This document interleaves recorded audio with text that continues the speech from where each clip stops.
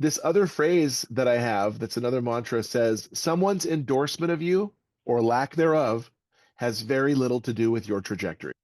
Note that down.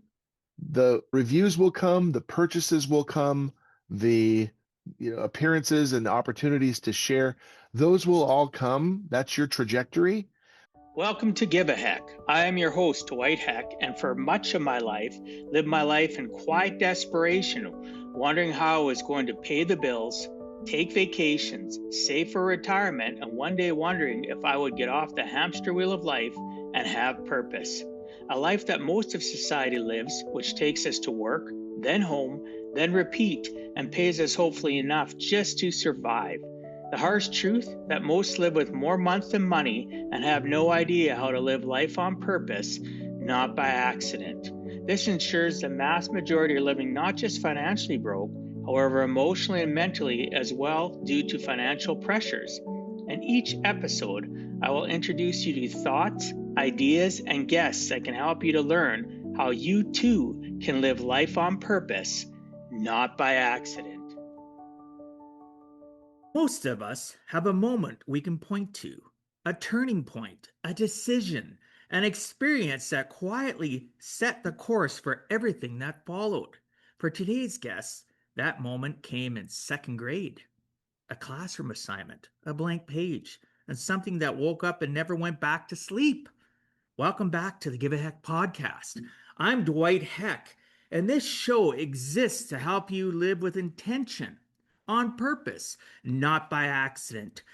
My guest today has spent his entire life doing exactly that. Aaron Ryan is an award-winning, best-selling author of 41 books. That number alone is worth sitting with for a moment. 41. His work spans alien invasion fiction, Christian dystopian sagas, YA dark fantasy, paranormal thrillers, science fiction, children's picture books, poetry, and books on both self-publishing and fatherhood. He has earned the Literary Titan Award, Reader's Favorite recognition, Amazon bestseller status across multiple genres, and he is also a voiceover artist who narrates his own audiobooks. Now here's the headline that would make any writer do a double take. One of Aaron's books has been adapted for the screen and is actively being pitched to major streaming networks right now. Two others have already earned awards in the film festival circuit. But what makes Aaron a great conversation is not just the output, it is what drives it. He is someone who has had to navigate real change, including what artificial intelligence is doing to the voiceover industry he has spent years building. And instead of stepping back, he has leaned further into the work, further into the craft, and further into helping other independent creators find their footing. He is a speaker, a panelist, a husband, a dad, and by his own admission, Taco Bell's most dedicated customer. We will get into all of that now on the Give a Heck podcast. Aaron, it is great to have you on the Give a Heck podcast. Thanks for agreeing to come on and share with us some of your life journey. Yeah, my pleasure. Thanks so much for having me. And I add that when you just hearing the name Taco Bell, like it's just the taste buds erupt, and I can taste the mild sauce right now. I'm like, would you excuse me? I'm going to run out and just That is awesome. Yeah, been a while. Yeah, my son's got a hankering all the time. He's home only a few days at a time because he works in northern Alberta in the energy industry, and he'll come home. And I'm a late time worker. He gets up early, 5 o'clock in the morning. He's used to because they start sometimes 4:35 in the morning. And he messaged me when he was home last. He said, and I had just gotten up. I was about to get into the shower, and he messages me. It's about, I don't know what time it was, 9:30, 10 o'clock in the morning because I'd been up till 3 working. And he says, Dad, I can't take it. The craving for Taco Bell is real. Yeah. I'll talk to you in about an hour. It is. And they closed a whole bunch of them down in our city of Edmonton of 1.5 million people. There's not in the rural communities, but there's been a lot that have closed down. And you have to drive like 40 minutes to get to one now, but he does it because he's got the Taco Bell hankering. Yeah, and the hankering is real, and it's something that you just should not resist. But one of the things that really kills me is, I don't know why they did this. They had the best thing, the best food known to man, ever invented by man, and it is the chili cheese burrito. I don't know why they did away with it. They brought it back like for a skosh last year for maybe a month or a month and a half, whatever. And then they killed it off again. So it's kind of just like, insult to injury. But I've tried to duplicate those and make them on my own with like, a can of Nally chili and a tortilla and sprinkle, shredded cheese. It's not the same. And there's magic in there. And I don't It, know why they got rid of them. it's the secret. It's the secret, right? There's something in there. How many restaurants or how many wholesalers or grocery stores have things that you've gotten used to buying and all of a sudden they're gone? Yeah. Yeah. Costco's the worst Oh, for that. it's innumerable. Yep. And it'll never stop. It'll never stop. Well, that segue was great. I love it. Let's go on now. Let's go on now, Aaron. One of the things that I like focusing on as a person's origin story, because really at the end of the day, we make so many decisions based on our earliest recollections and earliest learned behaviors that are instilled upon us throughout our life, right? So let's go back to the start. Let's start when you're 7 years old, sitting in second grade, right? Or you can start even earlier than that and tell us about that experience. And, do you recognize yourself now today as that same person? I do. I mean, in second grade, this is the origin story that I share with everyone. It was Mrs. Walker. Hi, Mrs. Walker. I'm sure she's deceased by now. But she gave this assignment to everybody in second grade. I was not any kind of anomaly or special in any regard. We all received the same edict. Write a sci-fi story, all you 7, 8-year-olds, write the sci-fi story. So literally, I stole a lot of things from Alan Dean Foster's novelization of E.T., total copyright infringement on my first attempt, because that's what I was reading at the time. And I wrote this story in 3-hole punch college line paper, construction paper, surround, crude stick figure drawings. I called it The Electric Boy.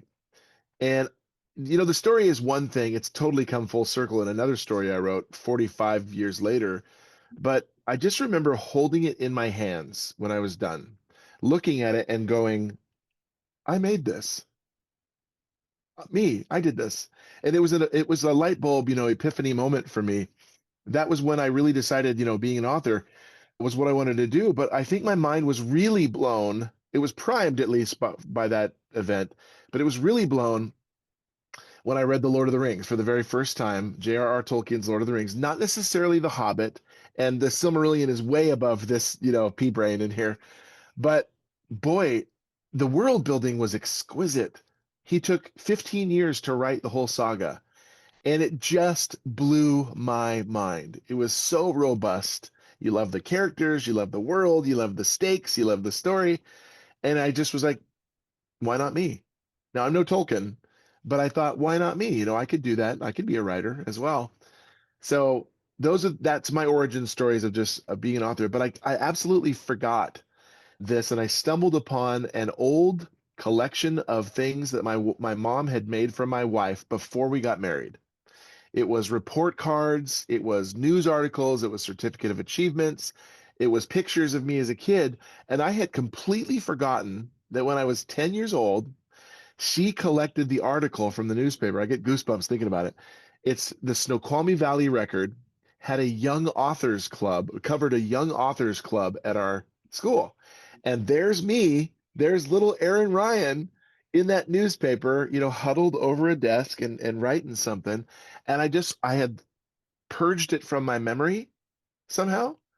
But seeing it again was like, oh my gosh, the memories come flooding back. And I went, of course I'm an author.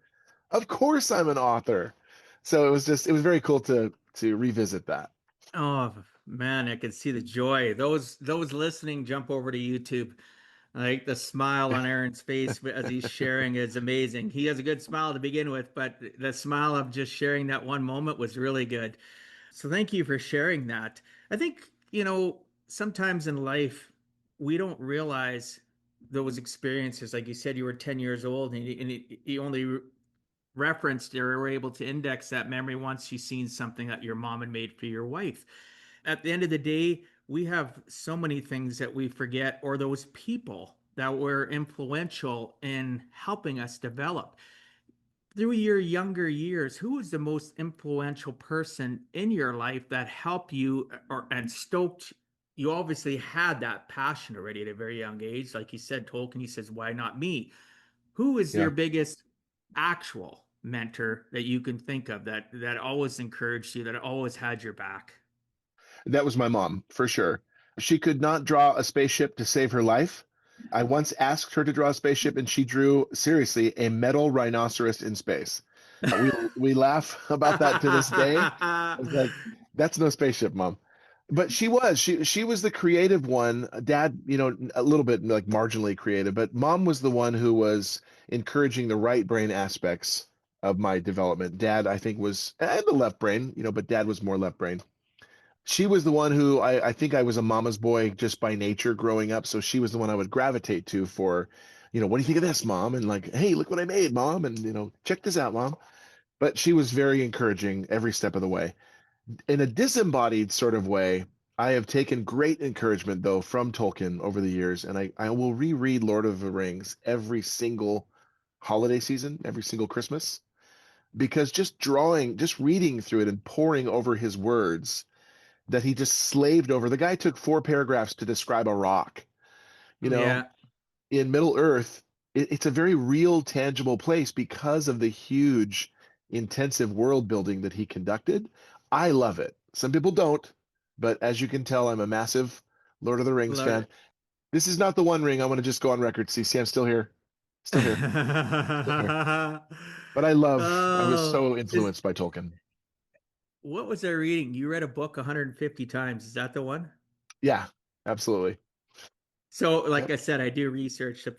I do actually I pay know. attention and go through things because as a side note, I know you've been on lots of podcasts, but I tell people now, this podcast is I'm the person that directs and dictates who's going to be on as a guest lecturer, a guest speaker, a Ah, guest whatever, right? So I always make sure I put in a lot of effort to ensure that that person is going to train, educate, excite the number one fan of my show, me.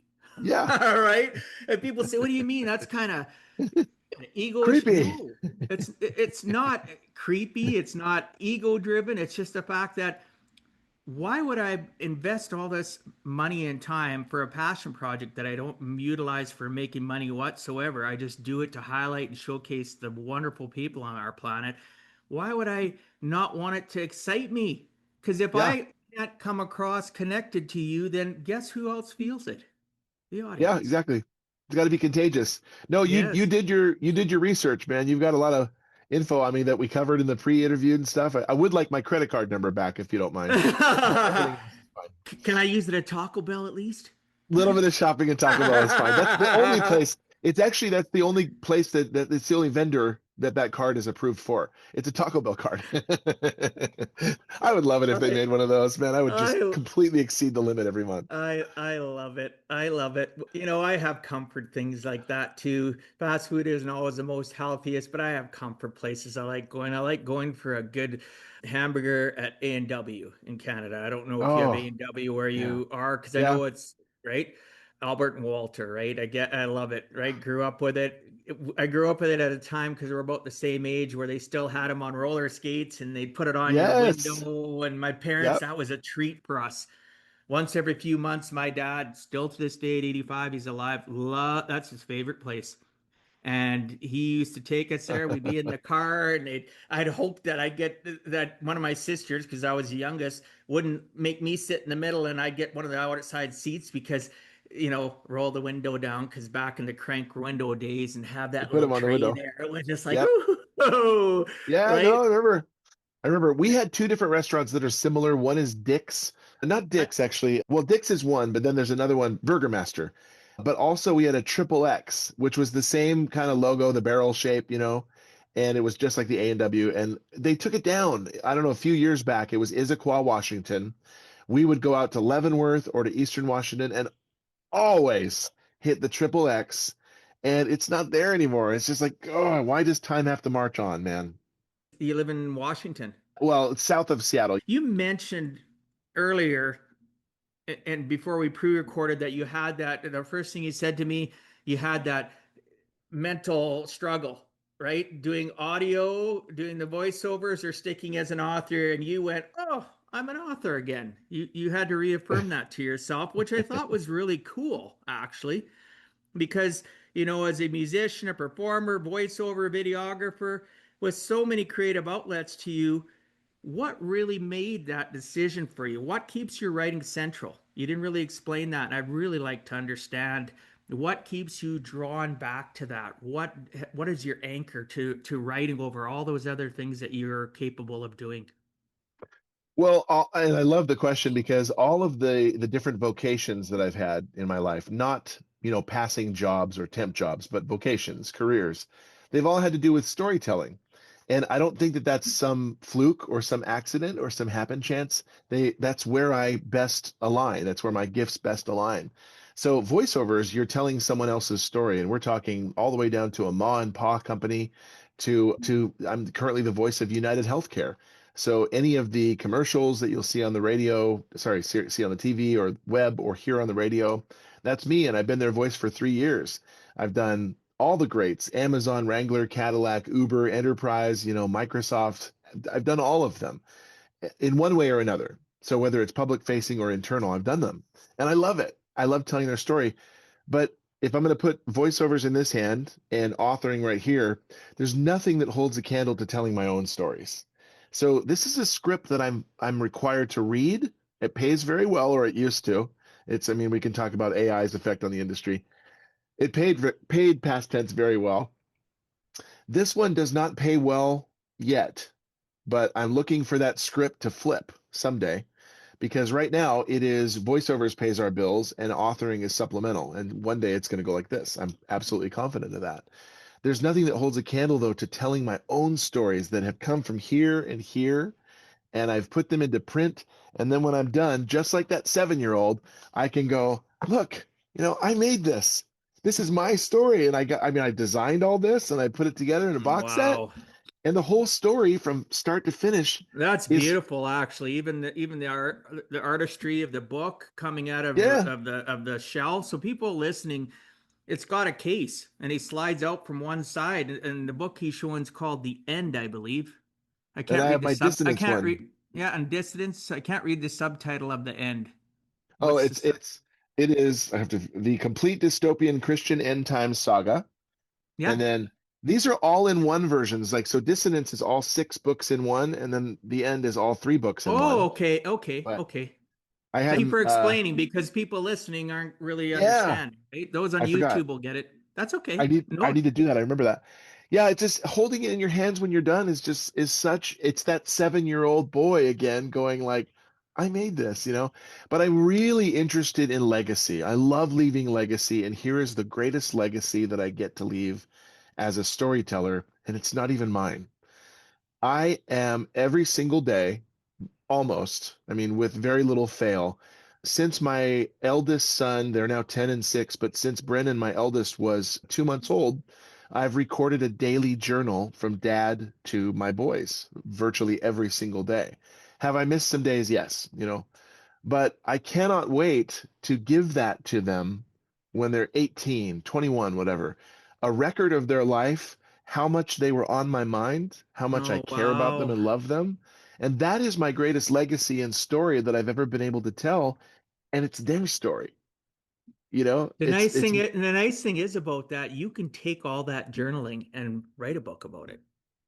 And here's why. I just had somebody on that had been journaling for 20 some years or a 30 memoir. years. And a memoir, and they literally had people begging her, just give it Yeah. to us. Let us put it together. You can, we'll help you do it. And she said she resisted for years, and finally she broke down, and now it's a bestseller. Right. Yeah. So I'm not That's so saying you have to interesting. do it, not saying you don't, that you have to do it, but you've given yourself a plethora of information. And I love the fact you talked about legacy. That's what I help Yeah. people do. Living legacy. You worry about you don't start building your legacy when you're in your 60s and 70s. You build your legacy from the moment you open your Now. mouth and remove all doubt about who you are. Hmm. Believe what people say they are, right? Put Yeah, yourself out absolutely. there, and what you're doing for your sons, that's at 10 and 6, man. I can't imagine. That must be really heartfelt for you when you're doing it. Some days it must get emotional. Absolutely. There are some that are a little bit more rigorous, maybe more mundane. Nothing special, quote unquote, happened today. Nothing, world breaking or newsworthy. We didn't go anywhere or make any specific memories. It was a rainy day. We sat and watched a movie. That's the record of it right there.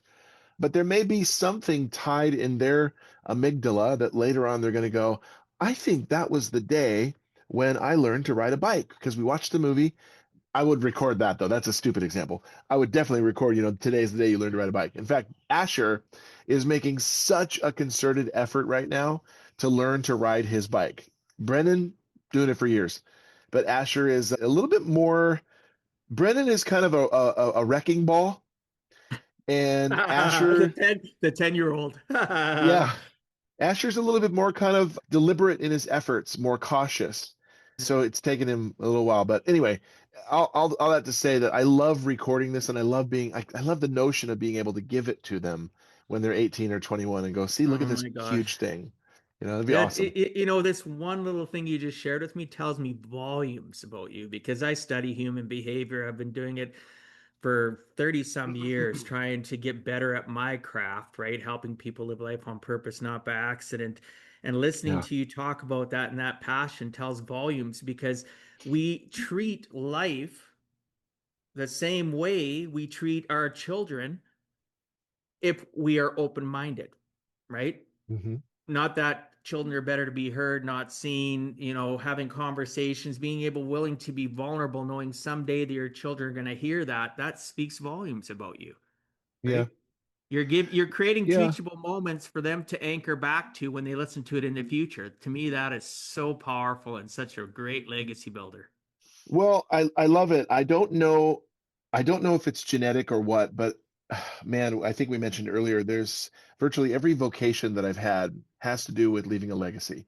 So as a musician, a performer, a stage performer, I'm making CDs. You'll be able to enjoy those for all time. Music, streaming music for all time. The journal, they'll be able to enjoy that for all time. My books for all time. I used to transfer videos to DVD and capture them to digital for clients for all time. That's their legacy. I That's used to awesome. record elderly people's, their sons and daughters or grandkids would want to record grandma and grandpa for posterity's sake in an interview and get their legacy captured on film. I used to record wedding videos, go out there and film weddings. And all Oh, that stuff is just videography, capturing. yeah. Yeah, no more, no more, especially for weddings. But I leaving that just legacy, man, I loved it. Well, there's so much fakeness at weddings, but I won't go into the details of that. And Right? you're in for that when the bride is more excited about the wedding than she is about the marriage. There's a big problem there. Oh, absolutely. You can see things that fall apart. As a side note, because my listeners of the last 5 years have heard me talk about it, I at one point in time, and I stopped because I burned out. I did 837 daily live videos, right? And I posted them. And I had a running journal of thoughts. I'd hear something, Wow. tell my note. Okay, I'd have clients reach out to me, my kids reach out to me, people that listen to it every day, and there were so many crushed people when I stopped because it would be about everything, anything, right? Uh, Hey, Dad, can you talk about this today?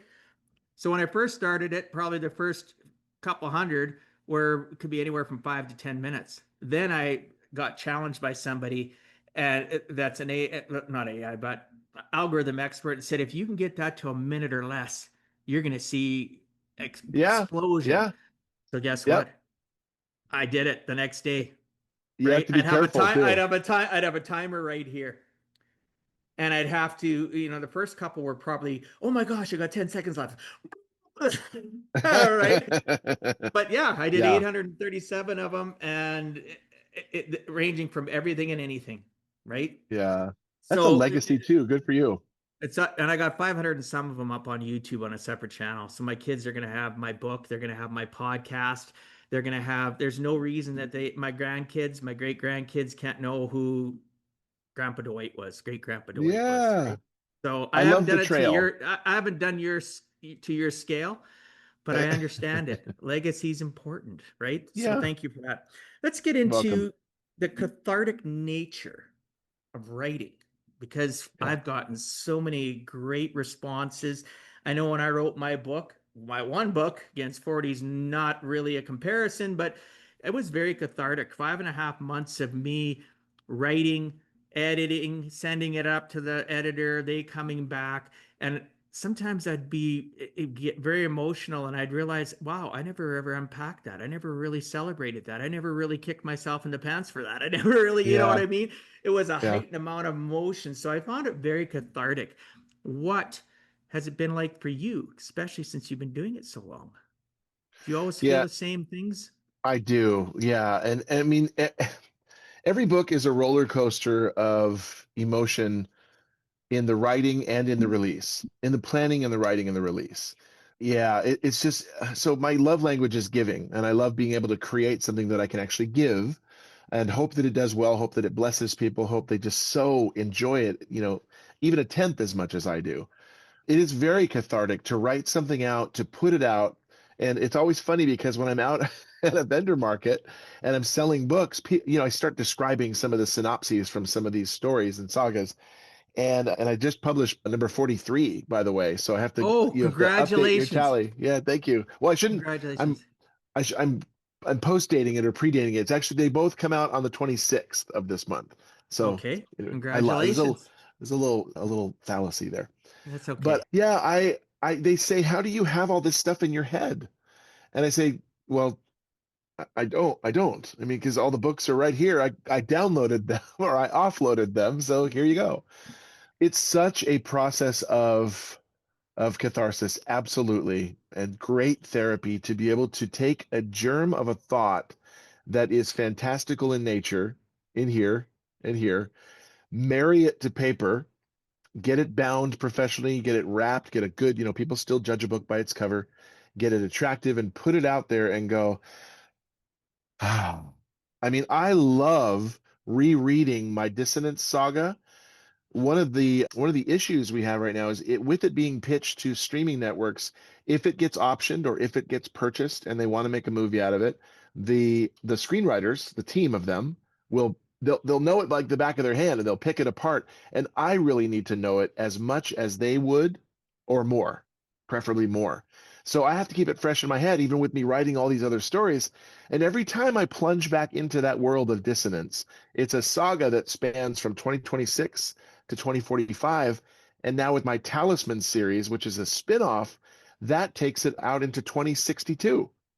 Wow. And it goes into the multiverse. The Talisman series goes into the multiverse. So plunging back into it again, there are people that I love, fictional people that I love whose birthdays I have on my actual real life Outlook calendar. I take Perfect. my fictional characters' birthdays Yeah. are in my real life Outlook calendar. They're that real and they're that attainable and tangible, and I love But they spending are time with them. but they are you. They are offshoots of me. Absolutely, they're my creations and babies. So, Yeah, so that warm and fuzzy feeling when you see it come up and it's one of your character's birthday, like that's fantastic. I think that's a yeah, great reminder of your creative drive, and that maybe is something that leads you back to the writing side all the time, right? definitely. Regardless of income, right? Because Yeah, well, it's you passion also first. sound yeah, you also sound passionate about the voiceover stuff too, but obviously not as much as the passion I see in regards to writing. So before we move on, what would you say out of all the 41 books, whether it's a series of 3 or 5 or what is your absolute favorite? Do you have a favorite? Yeah. It's such a hard question because they all are, and it's like if they're your kids, like you don't pick a favorite kid, you have a Oh, favorite. I mean, but like, yeah, yeah, yeah. of course you do. If we're being really honest here, it's really hard to decide between two of them. So one is the last chapter of my Christian dystopian saga, The End. It's called The End Omega. And there's so much redemption, so much heart. You are going to cry. It's very impactful, The End Omega. But vying for the same spot in my heart is a 9/11 historical fiction thriller called Forecast. where a man is struck by lightning. He lives in 2001. There's no time travel. In Jersey City, struck by lightning, imbued with powers he doesn't know what to do with. He is able to then see the future and completely prevent 9/11 from ever happening. Completely rolls back all of the events and sabotages the plans of the terrorists in motion. And but there's so many Easter eggs in Forecast. There's so much time jumping. It's not a time travel book in the sense that we're not going from 2026 back to 2001. He's jumping between days in that timeline, or he's being propelled through days. There's Easter eggs, there's little clues that I put in. I also went from first person to third person in one chapter and back to first person because he splits personalities in order to get everything done. Spoiler, I know, but that really required a lot of creative writing in Forecast. So probably Forecast. Sweet. That is, thank you for sharing that. And imagine as you continue on your journey, that could change.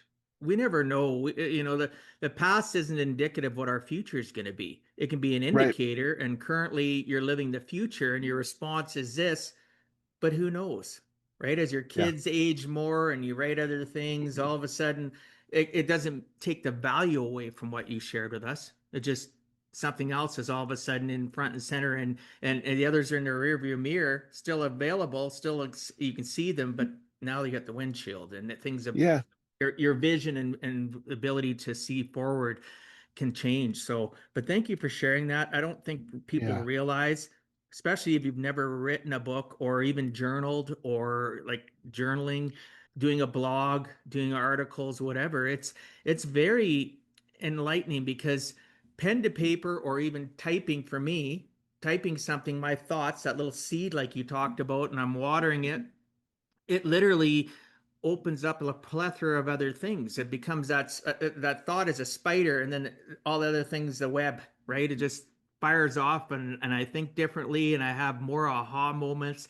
It actually, by writing things down or my thoughts, or even creating this for the podcast, it literally keeps my creative juices flowing, right? Yeah. And I love Keeps you, being in that zone. I love being yes, there. You kind of yeah, marinate in all that creativity. I believe as a creator, like I'm not going to go all religious and stuff, but I love that God is a creator and I get to kind of experience a little bit of that creativity gift. And this is why I know I will probably talk about this too, totally up to you, yeah, but AI is for creators surrendering that ability, that God-given ability to create and outsourcing it to a chip is so controversial, so polarizing, such an incendiary topic. And it's something that the only AI usage I'll do is for maybe idea generation. I will never structure my narratives and entrust a computer to write the story for me. I love the ability to create. There's something so like, wow, electrifying as you're doing it. That's just so, it's unmatched by anything else. well, when you're writing and being creative, I don't know if this happens to you, but even myself, I find time stands still or it moves forward Oh with or yeah. without me. And all of a sudden, I'll look and it's 3 hours later. And it's like, Yeah. what? The sun's already set. It's dark. I even forgot Yeah. to turn the light on and I'm just working away. I I don't just did a know. video on that too. Oh, Like, did you? what the? Yeah. Oh, wow, cool. That's fantastic. So, yes, absolutely. We can, since it's been brought up, it doesn't matter where the conversation is about AI. I see it so many times, and I see it not just for writing books. People use it to develop a website. They use it to develop this and do that. And when I say a develop, that's what they're doing. And one of the Yeah. conversations we had on that radio show I was getting interviewed on this morning with the other two guests is the fact that, are you using it as an agent or an assist, or are you using it to think for you, to do for Yeah. you? It can't be you, no matter how hard you try. Anybody that really knows you can read something and know this, what? This isn't him. Yeah. I This got isn't him. one of the best phrases I've ever heard came from an editor, and I wish I'd noted down her name. I just saw it yesterday or the day before. She said, "Are you using AI to write this? If so, I beg you to stop. I cannot bring out your voice if it's not there already." And it's so spot on.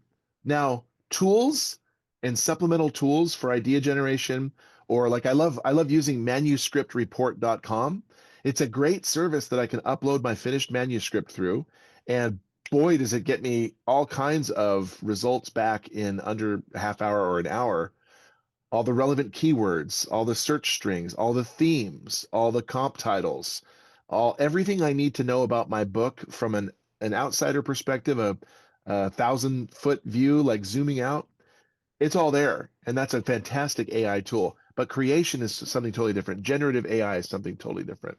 Yeah, and it's here to stay. We can't escape it. Like that guy told you his name, Daniel, when he was talking about it and his expertise, and you know, it was amazing. He says you can either get on board, or he says it's just like anything in life.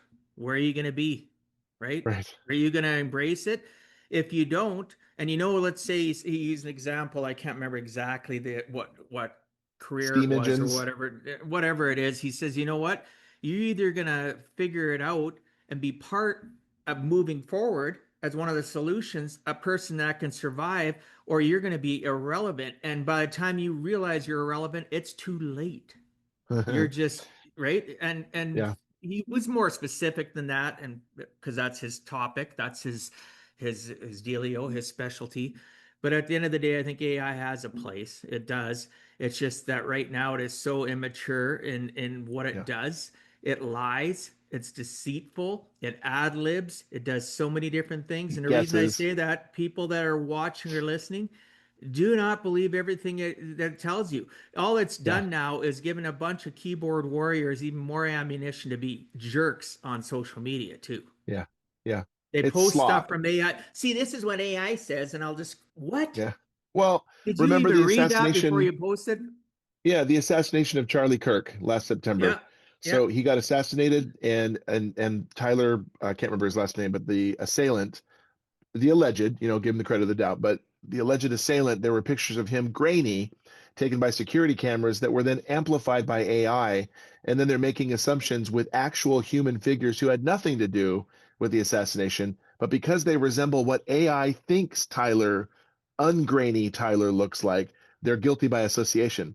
And so they say, it's this guy, it's this guy, it's this guy. And this is an AI rendering and a guesswork at what it thinks it's seeing. Yeah, it's not based in truth. It's algorithmic. It's all kinds of, plumb lines vary and stretch and bend. They're elastic, and people make all kinds of assumptions. What I hate about AI, aside from the generative effect and the net effect that it's having on both authoring and voiceovers, is the dumbing down of society, the proliferation of AI slop on TikTok and Instagram and Facebook and all the socials. You don't even know what You videos are real anymore. Well, here's the thing: is you see this aerial view of a coastal town. It's beautiful. It looks convincing. It looks real. There's a boardwalk with people shopping with their little Gucci bags, and they're just everything looks la la la, happy, happy. Yet no one happens to see, a mile offshore. Here's this, 400-foot tsunami bearing down on this coastal town. And so it comes and it inundates the town, it overwhelms, it destroys the town. And then you look at the comments and you see people going, "Oh, those poor people," I just read that and go, "Are you serious? You think that's real?" There just needs to be legislation that says that this is Well, faked. they're dumbing down the emotional IQ of many people is lower than Yeah, it's ever been in history, in my opinion, just because of people post and they don't fact check anything. And then when they no, do fact check it, they're using AI, and they don't and the question they ask is confirmation biased, right? yes, They're looking yeah. for AI to answer it the way they think it is. They don't even realize that one word can make a difference in the questions they ask, and then they spew it out, and more, and they wonder why people have so many mental challenges and health issues. Like, my goodness, even I wonder before why. AI. Yeah, like, it's just unfortunate. So let's go into your dissonance. Is that pronounced right? Yep. Okay, your flagship series, 6 books, Alien Invasion, post-apocalyptic, and I was reading about this last night, getting excited because I'm a sci-fi person. I just love it. Multiple awards. For someone who has never read it, what does that? Can you tell us a little bit more about that world, and what were you trying to do that you couldn't do in just a standalone novel? Right. I'm holding up my 6-book box set. This is the 6-book saga in a box That's set, and it beautiful. just Yeah, didn't turn out glorious. Like it does. this It is looks really again, good. Really this good. is again the 8-year-old or 7-year-old like look, see what I did? It's so cool. It is Um, cool. it really ultimately dissonance is a story that the very word dissonance means, lack of harmony and contrasting or clashing notes. It's the absence of harmony, and it's essentially strife in its place. Dissonance really boils down to a story about brotherhood and fraternity and us getting along. And when I wrote volume one, I really just intended to write a singular novel. My favorite movie of all time is Aliens, 1986, James Cameron. I'm sure it is yours as well. I And love so it. I love aliens. I just can't help it. I wanted to write one by chapter 4, I believe it was. I always forget to look this up and just, get this story straight. I think it was chapter 4 called LoJack. I realized, oh my gosh, not LoJack, sorry, On Patrol or something. I realized there is a greater story. There's a subtle undercurrent of a greater story running here in tandem with the existing surface story that you're reading. And I remember sitting back in my chair and going, oh my gosh, wow, there's something huge that's going to happen with this story. So before I knew it, with these parallel threads just continuing to evolve, it ballooned into a trilogy that then demanded 2 prequels and a sequel. The Wow. story kept telling itself, and I have to be careful when I say that because that sounds very much like AI. But I kept finding new things to mine, and character development and backstory. I love working on backstory, but it just became something that was, you call it flagship series, I would call it the same thing as well. It is my best writing. It represents my best research. It represents the themes that are so dear to me. Injustice is huge. My wife and I have been cyber stalked. Injustice is huge. Hope is massive in a lot of my novels because hope is the last thing that you have left when everything else has been stripped away. It's the one thing that's stronger than fear. President Snow said that in the Hunger Games. And they're very pervasive issues that people can relate to. So it's turned out really well, and I'm so proud of it. I'm not surprised at all that they've taken volume one and adapted it for the screen and are pitching it. And I'm going to knock on wood and say, hope they make it into a movie. Yeah, I was going to ask about that too. But before I ask about the screen adaptation, how many times has writing books, even this series, which is one of your babies, would you say that it kept you up too late or woke you up in the middle of the night with a thought? How many times? It can be infinite. That could be the answer. It Yeah. can be. Well, the word innumerable can cover either like too little to remember or too many to remember. I'm sure that it was many. Honestly, not so much waking me up because my mind, I do allow myself to sleep. But when I'm out and about and I'm driving and doing errands and stuff, I'll think of things all the time or watching a movie. And thank God for smartphones where you can just email yourself an idea or a plot development that you're going to need to incorporate. And then you get to it when you get to it. So, but my mind was on it all the time. Even going back and plunging back into the story headlong again, you find little things that oh, this would be good to flesh out just a little bit more. And so I'm not George Lucasizing everything and adding CGI where it doesn't belong and stupid music videos in Jabba's palace, but I remember that. adding the things that need to be there. Yes. Well, and that's great. So, that being said, you were able to control and get some good sleep. That's a good thing. I know Yeah. sometimes though I'll wake up in the middle of the night, have to use the washroom. It's not even necessarily I woke up because of the thought, but then I'll have a thought about something about a client and how I'm helping them, or a thought about maybe an article I want to write or what I want to, because I'll do solo podcasts the odd time. And it's just weird how our brain works when we're sleeping because it never shuts off, right? It It's doesn't. always it's always cycling. Yeah. So when we come to, let's touch a little bit again on the AI. We didn't, if you were to talk to somebody about AI and it creeping into your industry right now, which it has, it's quite prevalent now, not just writing books, but writing newspaper articles, writing anything. What would you tell people to avoid that? Like we talked about assist versus creation and that. Is there anything specific that you would say to give advice to people about AI and how they could, utilize it better and not get overtaken by it? Yeah. Well, to jump back first, I remembered a quote I wanted to share. It's such a good Okay, quote sure. Sure. about that brain never shutting off. There, and I wish I could remember. I think it was an author who also said this, but they said everything that happens to you is a resource. Totally agree with that. Everything that happens to you in your life as an author is a resource. So I'm drawing upon Absolutely. all these things that have happened in 52 years of existence and channeling them somehow in some paragraph in some way. But anyway, such a great I, quote. I like that though. Before we move on, then you talk about the fact that's when I was telling you about my 837 videos. I'd be watching a show or I'd be reading something, and all of a sudden I'd get this light bulb moment. Ooh, that could be a great 1 minute video. I'd put Yeah, it down, right? So I wouldn't have that brain fart and it'd be gone. Because sometimes the resources are unlimited around us.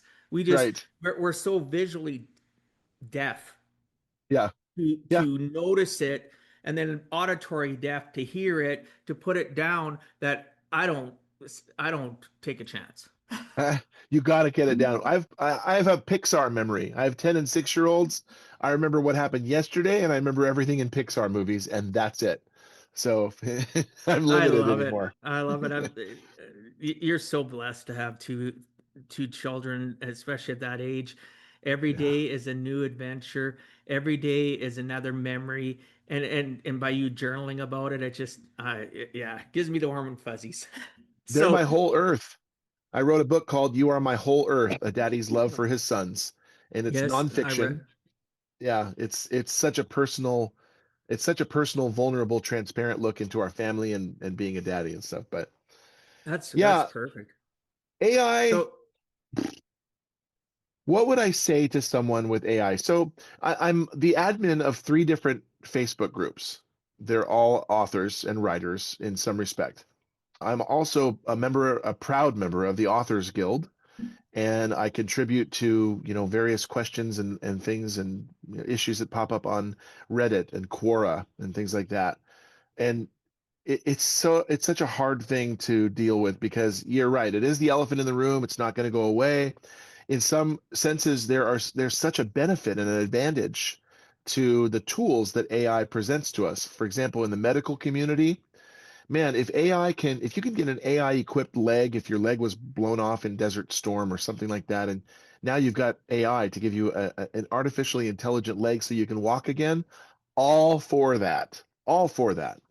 When it is used, however, in the generative sense to replace creators and creation, I think you're doing society a disservice because of a number of reasons. It's trained on the backs of creatives like myself without any remuneration, without any consent, without any accreditation. Those are 3 big, massive problems. Now, Val Kilmer, I just saw an ad or an article for he's appearing in a movie posthumously that I think they maybe filmed a little bit of, maybe. But AI, and this is at the consent of his daughter, and at the express wishes of Val Kilmer prior to passing, that he appear in this movie. So he knew that he'd be brought back via AI. He was okay with it. So I'm okay with that because Val said okay. But Ian Holm being brought back in Alien Romulus as a new iteration of Ash, the android. Now he's called Rook. It was totally cringeworthy AI. And he's not alive to give consent to that. I think his estate did, but he's not alive to consent to that. I have a big problem with that. So if you are an author and if you are wanting to write a book, I get that you're having writer's block. I get that you're struggling with how to write it with more finesse. I get that you want to put it out into the marketplace and you want to share it with people, this dream that's here and here. But be yourself. Everyone else is already taken. Oscar Wilde said that. Everyone else represents all of the other authors on which AI is trained. Be yourself, bring your own unique voice. Don't take the road less traveled and the cheaper, easier way out. Just because it's cheaper and easier doesn't make it the best thing. In fact, what did Jeff Goldblum's character Ian Malcolm say in Jurassic Park, he said, "Yeah, but your scientists were so preoccupied with whether or not they could that they didn't stop to think if they should." And it's such a great phrase that you can apply to AI because yes, we could do it, but should we have? It's replacing creators. It's replacing relationships. It's replacing into inventiveness and ingenuity and forward momentum and creation. So write with everything that's in you here and here. Be your unique voice. That's what I could say. That's a great response. We don't have a lot of time left. As I mentioned, I do this for the odd person that comes on. I have like multiple other segments of stuff I wanted to break down with you, but I'm going to jump forward because we don't have much time left. I want to talk about faith, family, and the full picture. Because to me, faith is very, very important. My Christian faith, and Yeah. it helped me as a single dad raising 5 kids full time. It's helped me through a divorce. It's helped me through so many hills and valleys. So, and your faith runs through a lot of your works, right? Yeah. Sometimes right on their surface, sometimes more underneath. How has it shaped what you choose to write about? And has the relationship between faith and your storytelling advanced and changed over your years of writing? Yeah. So my faith will predominantly come out overtly in nonfiction because that, like you are my whole earth, very definite references to Jesus, to Christ, to the Lord, to God, to faith, to my growth, to salvation, to actual biblical references that are in there. However, when I finished writing Dissonance, which again is 6 books, I was immersed in it. I was very convicted because there is marginal profanity here and there. I wanted verisimilitude. We don't live in a profane free world. If a Gorgon, that's the aliens, if they're going to come eat you, you don't go, "Oh, shucks." You might say something else, a little bit more colorful. I wanted veracity in what I was writing. However, that being said, that was redundant. I will never use the F bomb. I will never take the Lord's name in vain with GD or JC. I will never needlessly put any, drugs, sex, bullying. I don't need that. My readers don't need that. But with the marginal profanity of maybe the SH word, if a Gorgon is Yeah, coming to eat you, yeah. I was very convicted by that. Very convicted. In fact, the afterword of Dissonance Volume 1 Reality, I addressed that. So I was finished with Dissonance, and I literally felt God calling me to write clean Christian fiction. And that is where the end was born, which is a Christian dystopian saga about a man who thinks he is the Antichrist of Revelation. He's not. Wow. He's a deluded techno trillionaire who happens to be in power. And it's not a political referendum at all. It is just an end time scenario with a twist. But there's tremendous redemption. There's salvations, there's hope, there's faith, there's actual scripture in plenty in there. And I was very inspired by the Left Behind series, the fictional Left Behind series of the 90s. So I'm very proud of how the end turned out. That's where my faith really and my love for Jesus and salvation really made itself known and clear is in the end. That's awesome. Thank you for sharing that. There's so many Yeah. people, though, that I hear they use the Lord's name in vain all the time. OMG, right? Yep. Hmm. Saying JC all the time. You talk about cursing, you talk about swearing. There's people it's their daily language now, and they think there's nothing wrong with it. I literally have clients, have family members that do that with their kids. They don't even care. That's just part of life, right? Yeah. It used to be so hard growing up with you, Dad. We weren't allowed to say OMG. We weren't allowed to say JC. We weren't allowed to say the SHIT where we were. I said, yeah, okay. Did you ever hear me say that stuff? Well, not the Right. JC or the OMG, but once in a while you would say other words. I said, it had to be pretty bad though, didn't it? Yeah. Yeah. Well, now you might curse a little bit more than we did when we were kids. Yeah. Because your mental mindset's set. If Yes. once in a while I'm pissed off and I drop an F bomb, it's real, right? But I Yeah. appreciated you sharing that because so many people don't realize the power of the word. Yes. And if you're faith bearing and you're a Christian, using his name in vain, like in me and my Catholic faith, you're breaking a commandment using the Yeah. God's name in vain. Yeah. using it in a wrong way, or you're not what's the word? You're not uplifting. Right.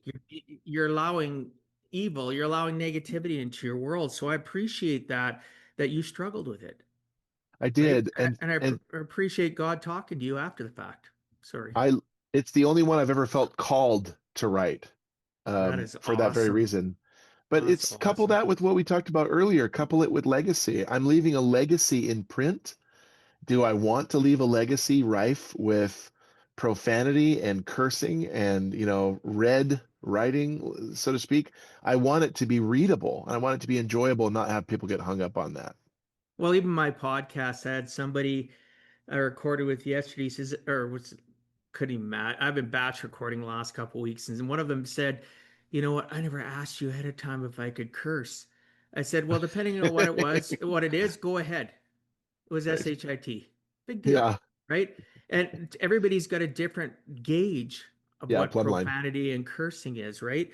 So, I got to have you back on, brother, because I look at the time and I always want to respect other people because I want to respect me. So the last two things, Aaron, first and foremost, do you want to share a little bit more information about those two books?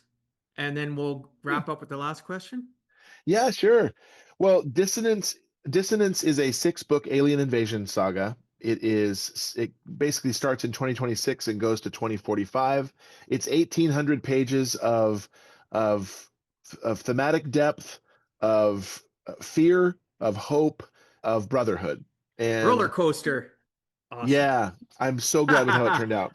The End is a Christian dystopian trilogy that is all about, rebellion against a totalitarian despot and restoring. It's all about God's victory in the end. It's all about God's victory in the end because you That's want to have. awesome.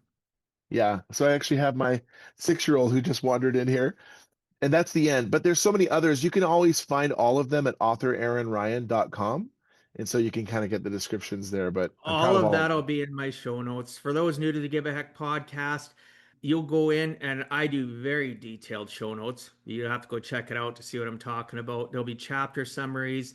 There'll be all your social media links. There'll be anything specific that you've talked about. I'll make sure because I do the show notes myself. I fired that person already 3 years ago. I just can't let other people do it for me. So Right.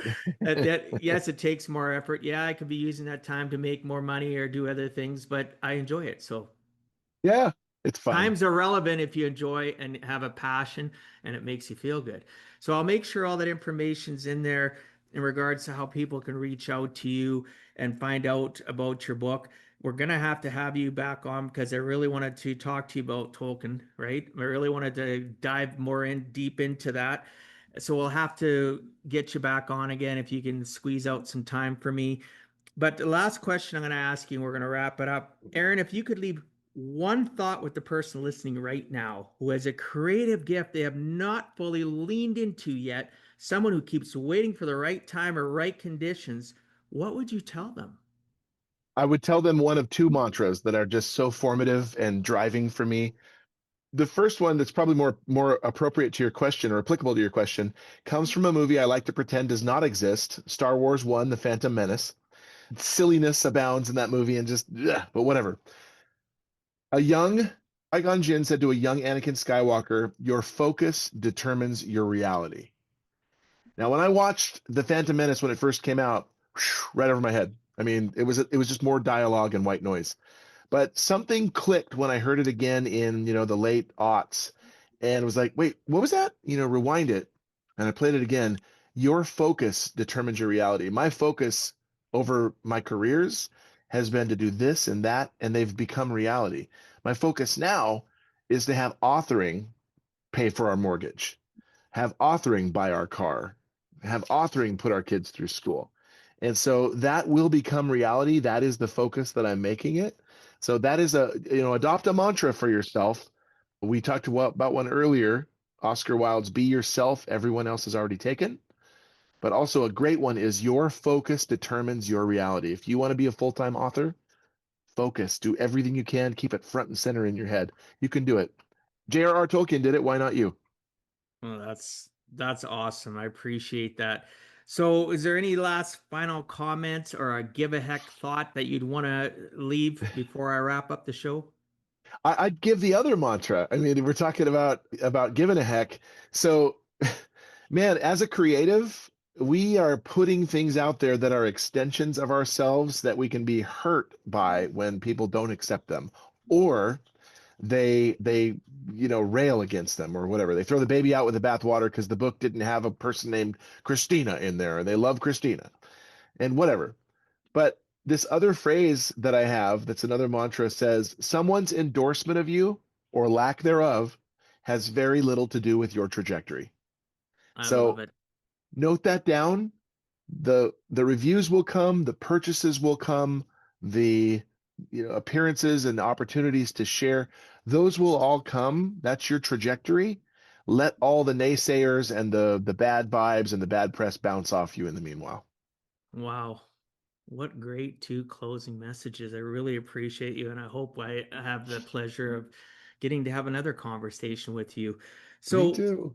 thanks so much. I'm going to close up the show. Aaron, I want to take a moment, though, before I let you go, because I think what you shared today deserves more than a quick thank you and a goodbye.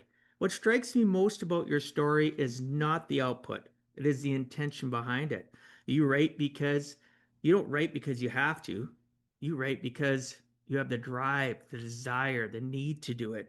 You Yeah. create because it's who you are, it's your being. And you share because you genuinely believe a good story can change the way someone sees the world, as you've been sharing. I think that is worth celebrating. I'm proud of you, brother. Like I've met a lot of Thank you. people, I've interviewed a lot of authors. Wow, you're gonna stick with me forever, like right here, right? Oh, I've thank got a you. fuzzy feeling. So thank you so much. For anyone listening today who has a story inside of them, they have not told yet, a book, maybe a business, a creative dream they want to start pushing to, and they always have that someday I'll do it. I hope this conversation was the nudge you needed. Aaron is proof that someday does not have to stay someday. Mm. To our listeners and viewers, thank you, not just for tuning in today, but for caring enough about your own growth, your own story to keep showing up for conversations like this one. That is not a small thing.